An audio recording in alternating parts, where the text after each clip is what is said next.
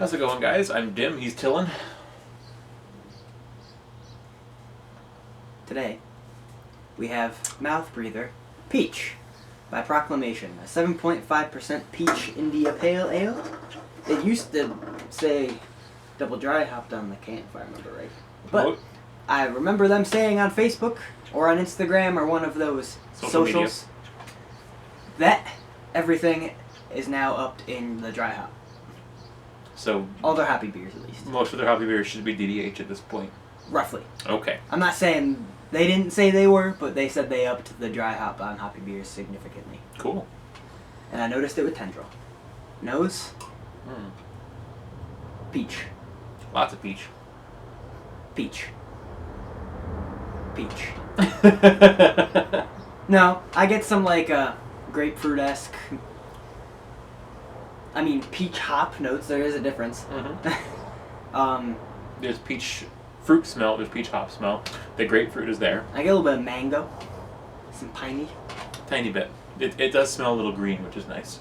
Little. Yeah, yeah. I the mango's very like in the back, if it is there. I do like the way it looks. I like that there's a little bit of a haze to it, but it's not like incredibly turbid. It's like pretty. It's hazy for sure. Right. You can't really see through it, but at the same time, it's No, all I can tell is there's dark covering. Right. But it's not incredibly turbid. It's a very pleasing look. It's only because there's peach in it. I know. Wait till you see the other beer. Oh, I know. It's so refreshing. There's no lactose in it. That is actually really refreshing, but it's a very interesting combination of flavors, actually. It's a good summer beer. The peach is really enhanced. Like I'm not just getting the peach puree peach. I'm getting like hot peach. And there's a sharp bitterness on the end, which I like.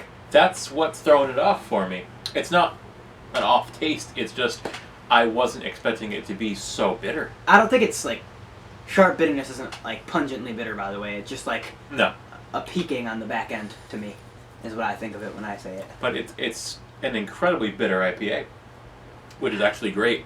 It's like the type of IPA that if it weren't so fruity and smooth would be punching you in the back of the throat with bitterness. Is they probably wanted to make it clash a little. It definitely clashes. Yeah, I think it works, but it clashes at the same time. We'll come back to you before Tim finishes his. We're back with more Mouthbreather Peach IPA from Proclamation. Ant?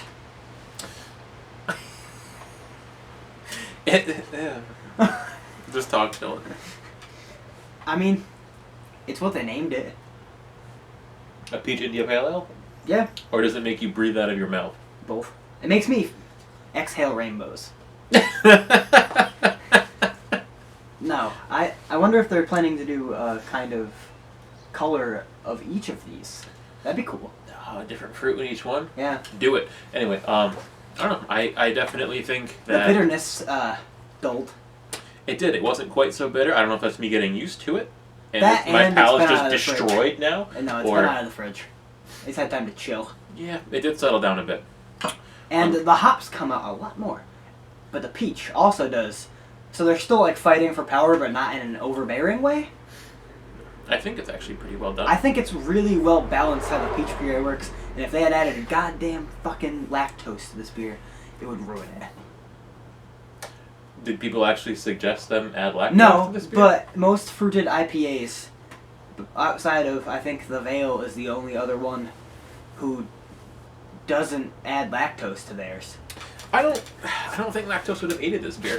I do not. No, I think if you like throw too much puree in it, it can definitely solve the issues it would add. Or if you throw too little, it can also solve the issues it would add. I think this has a good amount. I think this has a pretty decent amount. I think breweries that tend to like favor or at least make killer sours tend to make killer fruited beers in general, because they know how to use fruit to its like extent. That's fair. Like Vale, the head brewer interned at Cantillon. Lambics, the only fruit beers.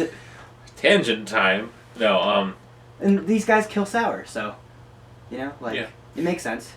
I just don't think, you're right, I don't think lactose would have helped it at all. I think it's perfectly fine the way it is. I think, also we'll probably aid in it having some staying I don't power. think this will age bad either, because the peach juice will keep it from having that tea leaf note. Eventually it'll just become literally just, fucking juice, bro. It's fucking juice. Alright. Alright. Shots fired. I'm not, there's literally nobody, that was a joke. I know. You're just the generic New England style IPA drinker. It's fucking juice, bro. I'm gonna tilt my hat backwards. Go drive in your Subaru. I gotta call my neck beard, I'll be right back. What are you gonna give it? I'm gonna give it 100. Yeah. I think it's a really well done fruit beer. I like that they didn't need to add lactose to it. Because lactose is cool, but it kind of gets old. Another milkshake IPA. If it was like 5% and had lactose, I could probably deal with it. Yeah. But, lactose in bigger beers that aren't sessionable tend to overdo it for me. So, like our highest viewed video, which is a double IPA with... Yeah, but I love that, but I couldn't have had more than one. No. Anyway, we'll come back to you. Yep.